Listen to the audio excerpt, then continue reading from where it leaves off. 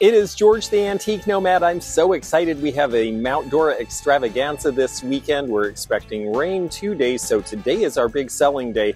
I hope I'll get to do some filming, but I have had some really wonderful people drop by already. Elizabeth Pritchard and her friend from Canada came, and they brought me some Canadian treats that we don't get in the US. They brought cheesies, Macintoshes, which you freeze and then break. They are wonderful.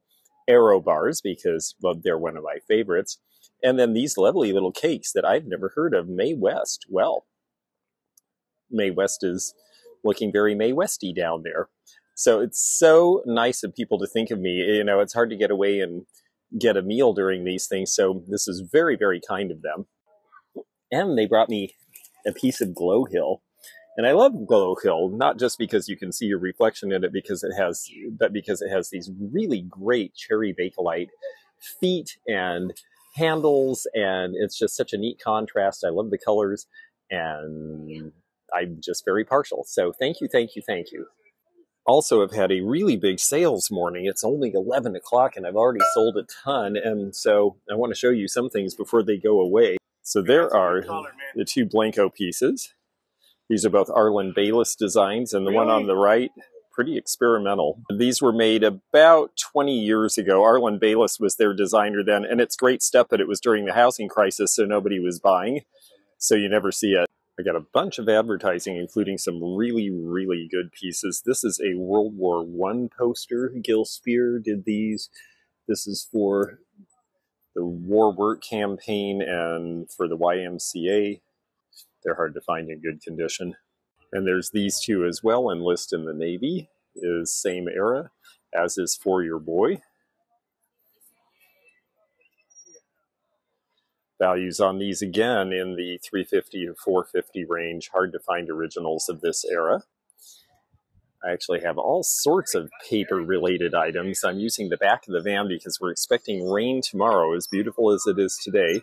I wanted to have this stuff where I could just open the door and have it be visible, but not get soaking wet. So that is the idea behind using the back of the car as display. Yes, we will do whatever it takes to make these things be available to our lovely, loyal collectors.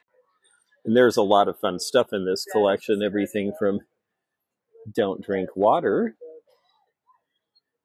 to some little games, some toys, a signed Mary Pickford original picture.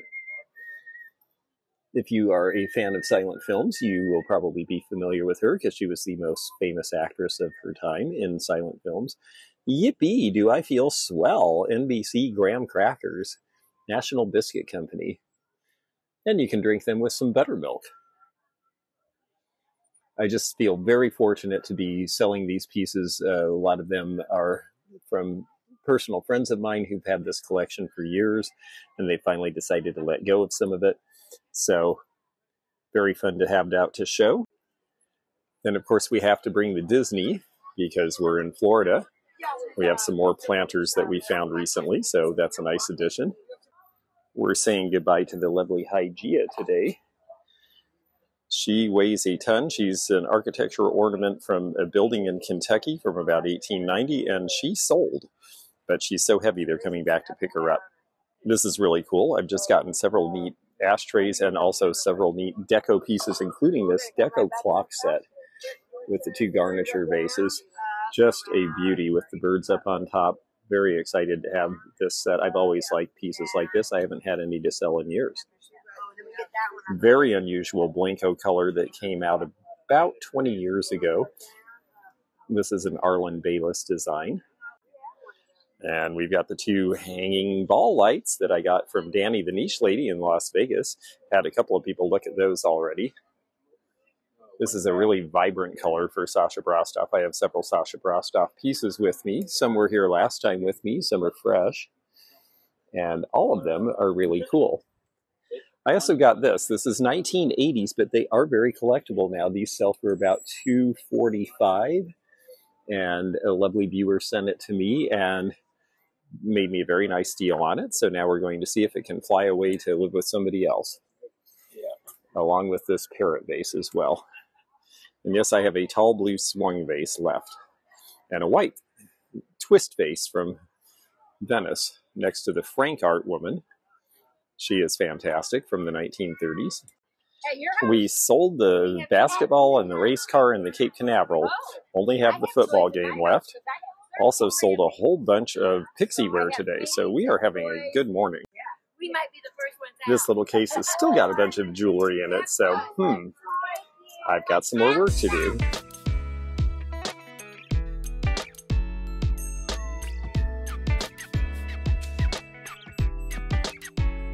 It's a Kaiser piece. I'm not sure. Oh, she's just beautiful. Thanks. Oh, yes, she's Kaiser. She has the mark on the bottom. I was with Yvonne Thrifty Rich shopping, and we found one, but it was not the nude, and that's a much nicer piece. So, yeah. Right. And look at you. You got to get your picture, too. Dobby. Hi there. Hi there, Dobby. How much did you want for this? Okay, I got to take a video of the booth because I've got a bunch of celebrities here. So we've got Alex and Aaron from Chapter 2 Vintage Company, and Bianca. Yes, the talent. Yes, exactly. And then we have the lovely Fish Chick Finds, so I don't say flips this time. And they are here shopping, and this little dinosaur is going home with them. We've got Katie from Vintage and Vinyl. I'm just so happy that everybody is here. I'm so excited. It's so nice to meet you all. I mean, I've met a few of you before, but you're new to me, and it's just lovely to have you all here.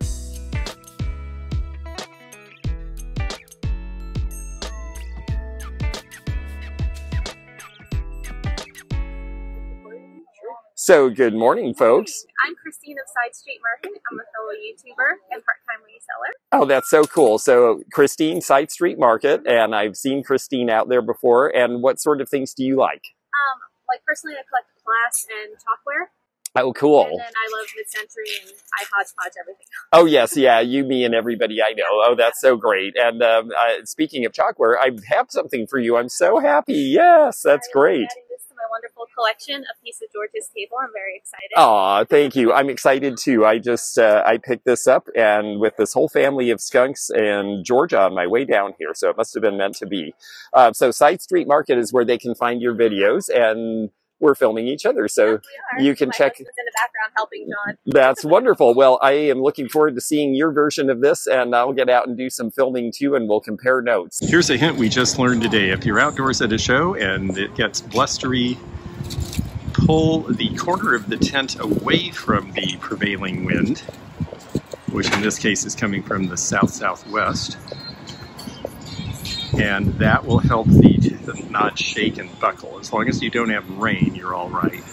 We were supposed to have rain. We have beautiful skies, but blustery.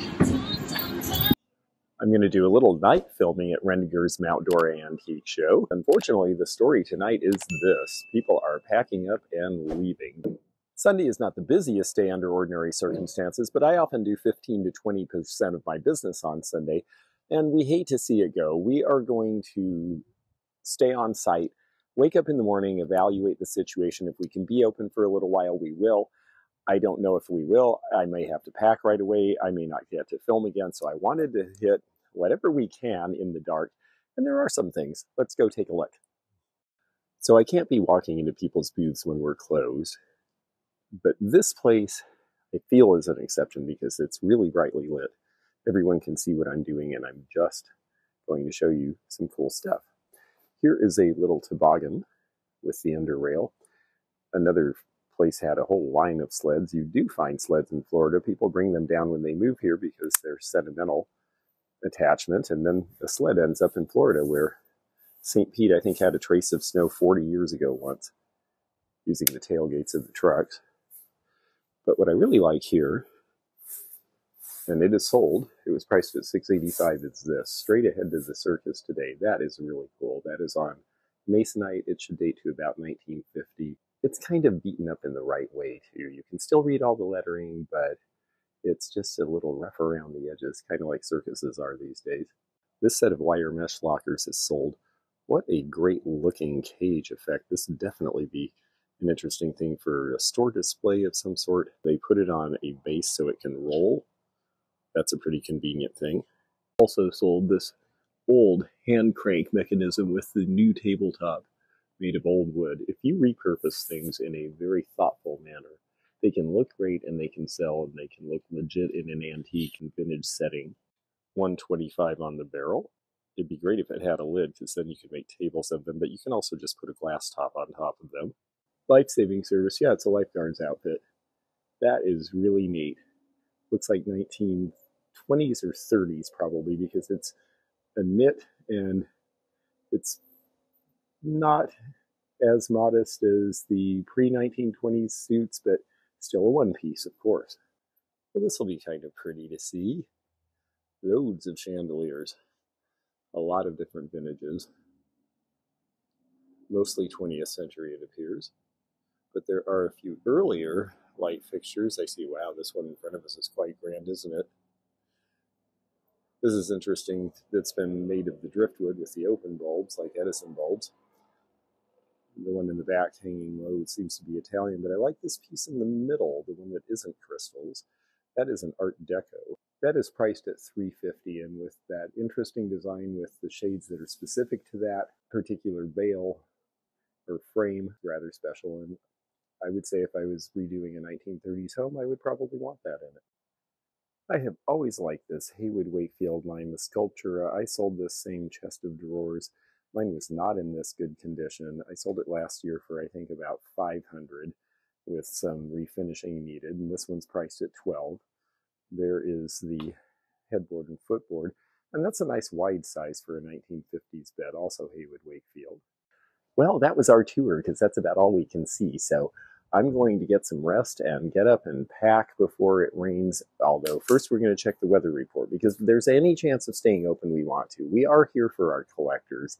I had such a great time this weekend with some really cool fellow YouTubers. I also had a really good time with a bunch of folks who are collectors and viewers and some people who don't know me from YouTube at all. And I just have such a, it's just so wonderful to be here and do these real world shows. Even when it's difficult, this one's been a little rough, you know, you just roll with it, because in the end, it's so satisfying to see people go home with things that they really enjoy, that stir happy memories or fit a thing that they've wanted on their collector's list for years. It's really wonderful to see what people come out to look for and the excitement and fun of the experience for everybody.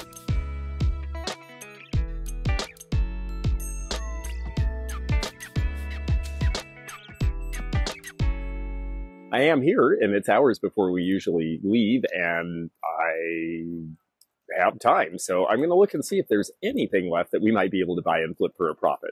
It's possible. Some of the people packing are probably not enjoying this too much and just want to get out of here. The pavilion is definitely the place to be today. I feel badly for the customers on a day like this. There actually are people showing up. This is about the time this show usually gets hopping, but I and a lot of other people are already packed. Look at this darling Haywood Wakefield here. The glass shelves, the off-center dresser. This is just really an interesting design, and the little spider-legged ottoman or tuffet to sit on is also pretty wonderful, I think. This is a 1970s era Dr. Pepper logo on this wire rack. This one's priced at $285. I like to show Dr. Pepper because I know we have some Dr. Pepper collectors in our audience. See lots of these shell lamps with Florida-related items. I've never seen Bambi stuck in the middle of one, and it's a double with 2 shells and 2 lights. That is just craptastic. I love it. A lot of people have seen Brad Keeler. Not many people have seen these lobster claw plates. These were the side services to the relish dishes and the things with the lobster handles that we're used to seeing. And aren't they cool? $125 for the set of 4. Those have to be pretty scarce. Certainly, I've never seen them before. They're just more fun when they're lit. These are from the Greenbrier Resort, done by Dorothy Draper, the very famous mid-century designer. For their hotel, the Greenbrier Resort Hotel was along the Chesapeake and Ohio Railroad. So this was done as railroad china. It's got a nice heavy feel to it. Homer Laughlin is the maker. $125 for the set. You see one or the other of these pieces, well, this is what it's supposed to look like when it's all together. This is the chip and dip set. So the bowl is where you put the chips, and then you put your relishes and dips on this and lift it up. That is the lid. It's $145 for the set. That's a pretty fair price for that. I'm not going to lift up the lid because they've asked us to ask for assistance, but You get the idea. And while walking around Renegers, you can get a little slice of old Florida. Here's a nice little swamp with palm trees and other things growing in it. Let's see what these folks have. I see a bikini girl on the back of this, so I've got to see what this is. The redhead is not dead. Well, I guess she's not. I should get that for Susan. DeGracia was another artist whose wares were made by Google into figurines. You don't see a lot of the DeGracia figurines, but they are out there. And this is the dealer plaque. It's priced at $30, which is pretty good because there's just not a lot of dealer plaques made, or as many figures as are made. Here's an interesting vase. It looks like it has Chinese junks or ships of some sort. It's an Art Deco style with the N.M. Nelson McCoy label on it. Interesting piece I haven't seen before. Well, as you can see, it is a rain out today at Renegers. And some folks are still packing. I have everything in the car. My tent got wet, but nothing else did. Well, I got a little wet. We're sorry to miss out on the last day, but this is what happens sometimes at outdoor shows. The dilemma as a dealer, of course, is do you stay open as long as possible? Because there probably were 100 or 150 customers who showed up, and you want to stay and sell. And I did do $400 in business today, so I was happy, but then you have to pack in the rain, and that didn't sound so good. Look at this really cool carved piece that they're loading into the van there with that conquistador. That looks like something that would have been done as a daybed, probably in the 1960s when that style was back in fashion. Looks like a big thing, awkward thing to move, so we'll let them alone to do that. Well, these folks don't care what happens to this stuff because this is all brand new, and you know what? I feel the same. Since my card's loaded, I'm doing a little drive-by shopping while I'm at it. They have a lot of advertising that's like 80s and 90s and Star Wars and character collectibles, but not really what I do. The sad thing about being in a hurry in the rain is sometimes you just have to bail on stuff. Most of that's packing material, but gee, there's even a cooler there. When you're in a hurry, you can't always pack it as tightly. We're going to let the puppies cross in front of us here. Now, these folks do a lot of fundraising for charity. So they already were having discounts. And some of it's newer, and some of it's older, and some of it's great, and some of it not so much. We're going to see if anything is left that we can have fun with here. This is something that sells sometimes in my West Palm shows and here because we're close to where the moon landing, well, the rockets took off about an hour from here. For $3 and then half off, I might just have to get that, even though they don't sell for a lot now. I'm in the right place to have a chance to sell it. David Winter cottages from the 1980s in their original boxes. The larger ones are typically a little more expensive. They are a ceramic, and they are hand-painted, and there are people starting to collect these again in the secondary market. They have a whole variety of bar pins from the late Victorian era here. And it's a form not worn so much as jewelry anymore, but I think it should be because they're really interesting. They just need to be worn differently than they were worn in that era. Generally, they're brass or gold filled. They might have a garnet or a small stone or some damascene, but they just have such a pleasant design to them. And the prices on these are pretty good. This one here, which looks like it might be around 1900, 1905, a later bar pin Gibson Girl era, is priced at $21. These used to routinely sell for about double that. It doesn't feel like Florida today, but there we are. I got to buy a neat Hobey bracelet across the street, and now I'm looking at jewelry in this case. It's nice that there's some jewelry out because I sold a bunch at this show, and I definitely need to restock. Pretty hair comb. I like the black on black. You may not see it much in this light, but if you got it in a nice ballroom while you were dancing, you would see all that sparkle and shine. Not so much on this rainy day here, though. This is the same pattern in orange rather than yellow as the earrings I have that I'm selling that came out of Lana Turner's estate. It's thermoset plastic 1970 vintage. I like this celluloid brooch with the swirls down here at the bottom. That's kind of fun. There's a couple of dead stones, though, I would have to replace. This novelty pin with the thermometer is fun. It's, gosh, under 60 in Florida. Wow. This certainly has a lot of look. It's a combination of Aurora Borealis stones and some lightweight, possibly ceramic stones. $12.50. I just think that the colors are interesting in these. I like beads. I sometimes have luck selling beads and sometimes not. Lately, I have not been selling as many. This is quite a showy piece. It looks a lot like 1920s jewelry, but it is fairly recent because you can see the hook here. This one is signed and the signature is Leslie Danzig. But wow, that is a lot of look for $26.50. I don't typically do newer jewelry, but I have to say that one's tempting because it would show really well on a card. And I have a feeling in Palm Beach they would buy it anyway, but I just don't like to carry the new stuff. This bracelet are all cameos, but I believe they are the molded plastic cameos because of the age. There's this one. This is scarabs. It has a Russell signature. I think that's my buy right there. Egyptian style with scarabs there. $26 is very reasonable on the interesting offset row blue 1950s bracelet there. Whole bunch of butterfly wing jewelry. I'm going to have to take a look at this. I just love this stuff, and I'm sold out right now. So this is a very cute little bracelet, but little may be the word. It may be too small for anyone to wear.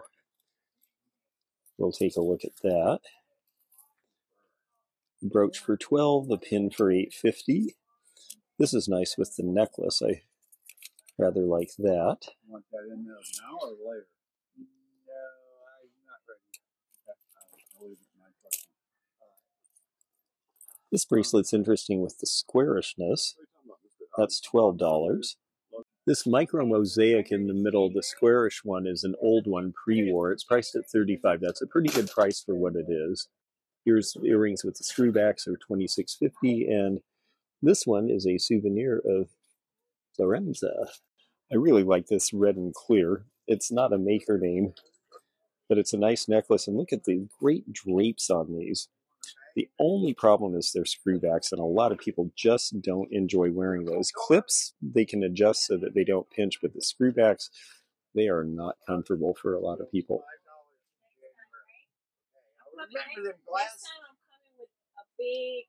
This is interesting with the sugar beads. Looks like we have some Renoir and Matisse here, so we'll take a look at that because, you know, I always am a fan. These are very geometric, but a little worn at the bottom. That did happen with the copper plating, so you have to be a little careful. These are very specific, but they go with a bracelet and other pieces that I think are good and the price is right. So we'll put those aside. These are a little bit scratched. Unfortunate because I like that look.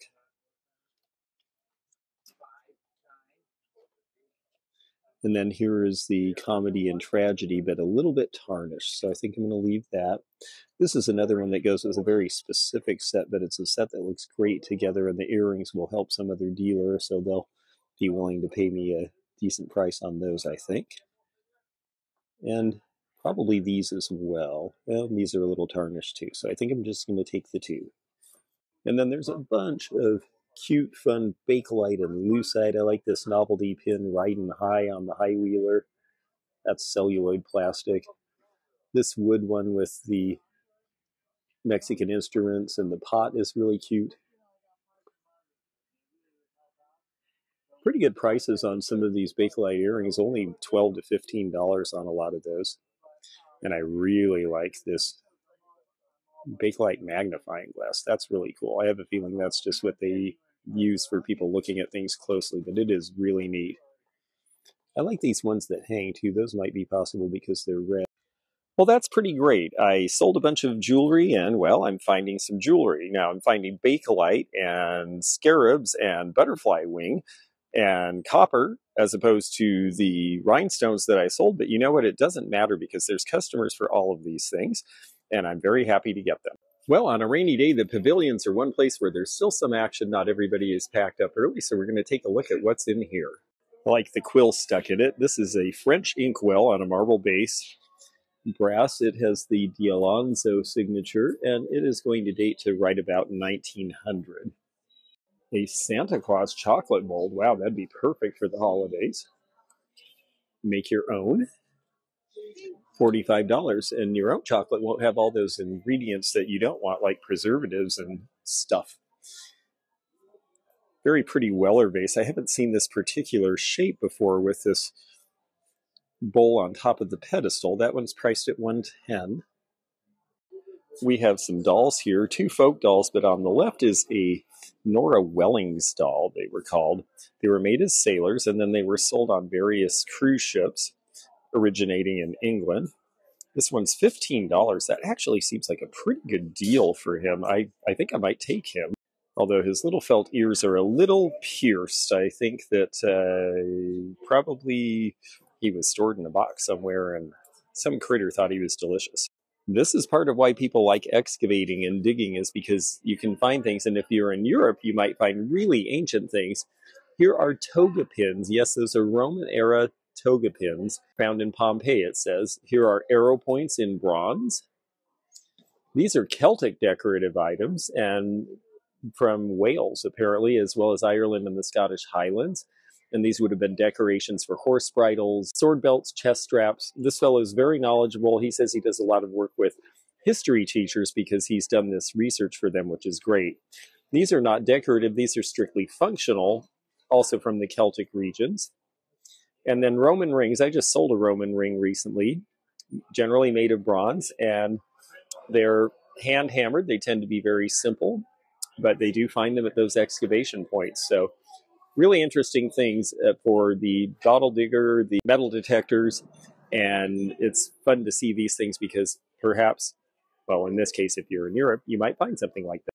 We see a lot of plain washstand bowls and pitchers, but when you see this nice blue transferware from England in the 19th century, you realize this was made for a fancy home. This was not necessarily for institutional use. It's priced at $175 for the set. Old telegraph key from a railroad station in all likelihood. This one is priced at $30. This one's priced at $45. Well, Diego Maradona is no longer with us. He was very famous in his time. He was considered one of the great soccer players of his era, and he was a very prolific scorer. He also scored the Hand of God goal that allowed Argentina to get to and win the championship of the World Cup one year, and it was absolutely him punching it in with his hand and never should have been allowed to happen. So I'm not a fan. This is an older mason soup tureen. This is priced at $275. Brown velvet made in England. So this is just after 1900. Very pretty piece. Tureens are definitely something that are collectible because they're showy, and also because the Campbell Soup Company has a collection. They had it at the Winter Tour Museum in Delaware, and I got to see it. It was amazing. They had soup tureens that were tens of thousands of dollars and giant that were made back in the 18th century. So they're really quite beautiful. A big thing to collect, but if you had a big showy house, it'd be a beautiful thing to collect. This looks like Sirocco wood, but this is actually a different company called, we'll show you here, Multi Products Incorporated. This one is copyrighted 1946. Yes, that's right.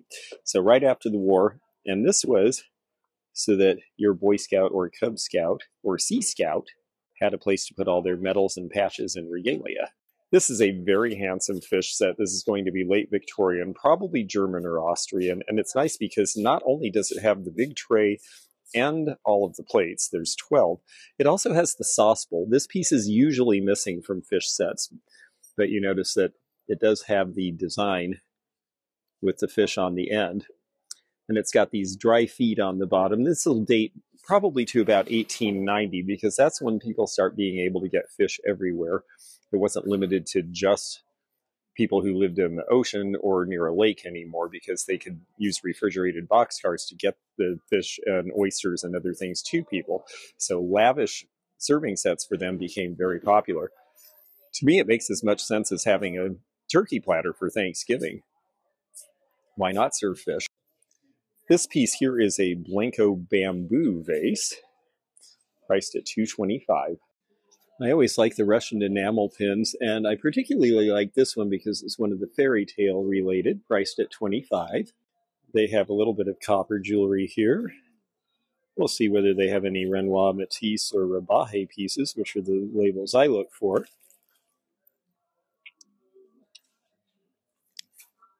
I don't see any right off the top. And what a neat scene she's created with this old porthole window with the bars. That looks like a 1930s Art Deco piece with the netting and all of the shells. It really is fun to do vignettes. She's got the basket with more shells, the wooden fish, the cute little sand pail. A very neat little vignette. I have to say I really like the porthole cover though. It's priced at $150, and I have to say that is not a bad price. You could easily put glass back in this one if you wanted to, but I could also see where you could turn that into a shelf or use it in some other manner in a nautical decorating space. Well, I have to admit it looked a lot better in her cute display, but I just fell in love with this thing, and she offered it to me for under $100. Unfortunately, this is what happens sometimes. You get rained out of a show, there aren't a lot of customers, you need to make your money, and, well, you know, she must have gotten a good enough deal to be able to pass it on to me, and I bet it sells fast. And the gal I bought it from, she had a really nice space. Her prices were fair. She was offering great deals. She was saying, gosh, I did the last show and it was so good, and this show was kind of pokey for me. Well, you know, weather makes a big difference at an outdoor show. And also under the pavilions, it's pretty dark in there and you really can't see things well. This is the thing. You kind of have to take things as they come and not worry so much about, I did great this time and I didn't do great last time, and is it about me or my stuff or this? No, sometimes it's just circumstances. Your people come or they don't. It's the same online. Your people see it or they don't. And you just keep moving on, and eventually somebody does see it and they buy it and you turn out just fine. So keep the faith. This goes back 250 million years.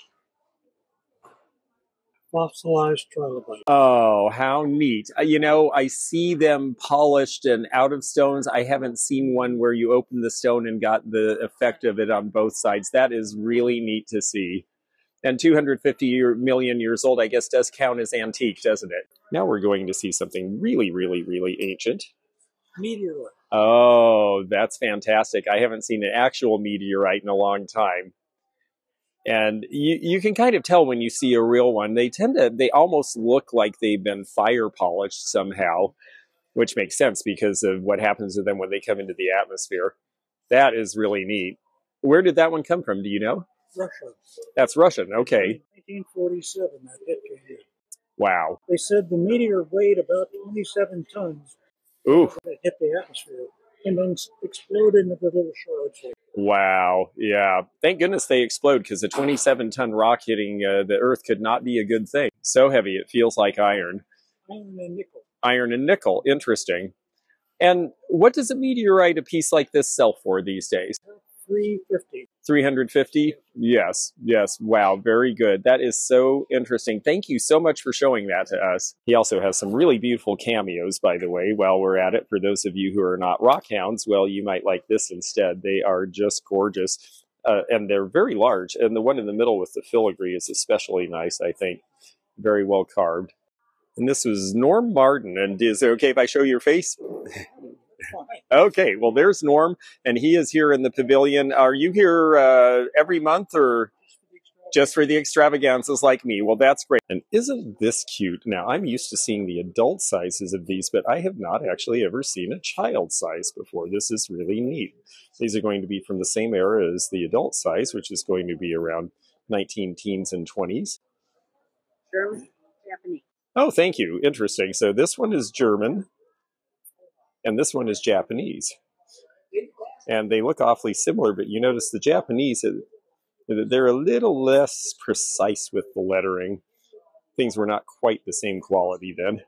Neat. Wow, the big long stopper like a dagger. That is cool. It's missing the oil, but other than that, it's complete. Oh, that's a pretty great set, though. And it's funny, the adult sizes of these are always missing one piece, too. Yes, because it slips and breaks. Yep. She also has a lot of English lace bobbins, and bobbins are definitely an art form in and of themselves. And rather collectible. My friend who does bobbin lace loves this sort of thing, and if she was here, I know she'd pick a bunch up. Unfortunately, I don't know what she already has, or else I'd be buying gifts, but I'll show her this picture and then I can come back. These are called flats. They're little lead figures made in Germany, kind of like lead soldiers, but they're called flats because if you notice, they are very one-dimensional. Look from the top.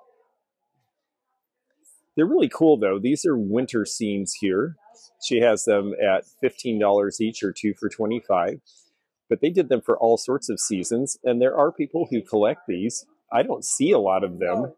This is the most I've seen in one place in quite a while, and they're really cute.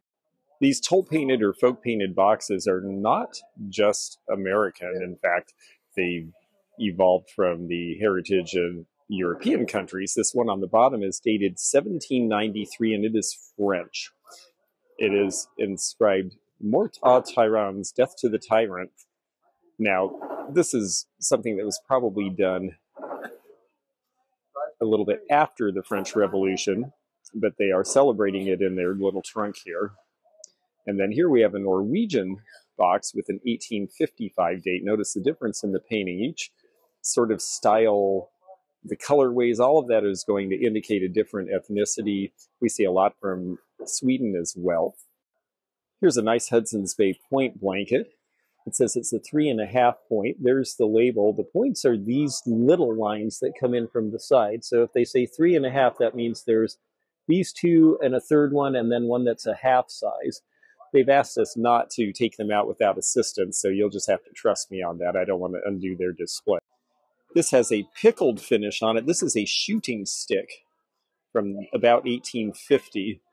You notice the spike on the bottom.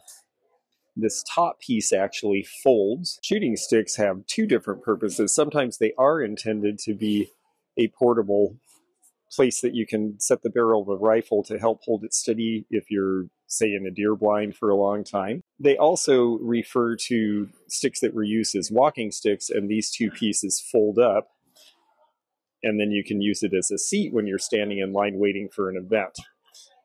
I believe this is the latter of those two because of the way the top is made.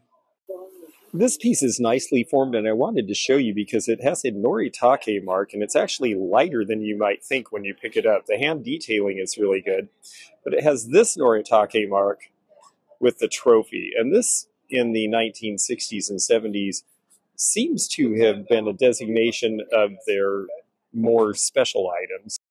Ah yes, this is the reason I became an antique dealer and not a stockbroker. I graduated and then this happened. And when this happened, I was told it would be at least 2 years before I would be able to get a job, and I started looking in other places and stumbled into the antique industry. So thank you, stock market. It is nice to see real signs that actually have some age. You can tell by the chipping on the porcelain. Prices on these have just about doubled in the last couple of years. The Marathon is $1,500, best in the long run. Pennzoil is $1,600. They're in good shape. They are original. Well, I guess it's time to go home. I found some bargains on rain day. I was able to show you some more cool stuff. Not everybody left early, and I'm really glad I was able to show you more of the show at Mount Dora. I'm sure we will have better weather this winter, so please come and see us again here. I'm here every November, January, and February for their extravaganzas. I do not occupy the Wander Lodge behind me. I did stay on site this time though, and that was an interesting experience I haven't had in a long time. Hoping for a warmer experience next time. If you enjoyed this video, check out this one. Also click thumbs up to like this video and check the description for information about our Patreon, our memberships. We've got a lot of different levels with different perks and bonus videos and early content. Also, please do check out our website, theantiquenomad.com, for appraisal help, and we'll see you again for more adventures in the antique and vintage community soon. Bye for now.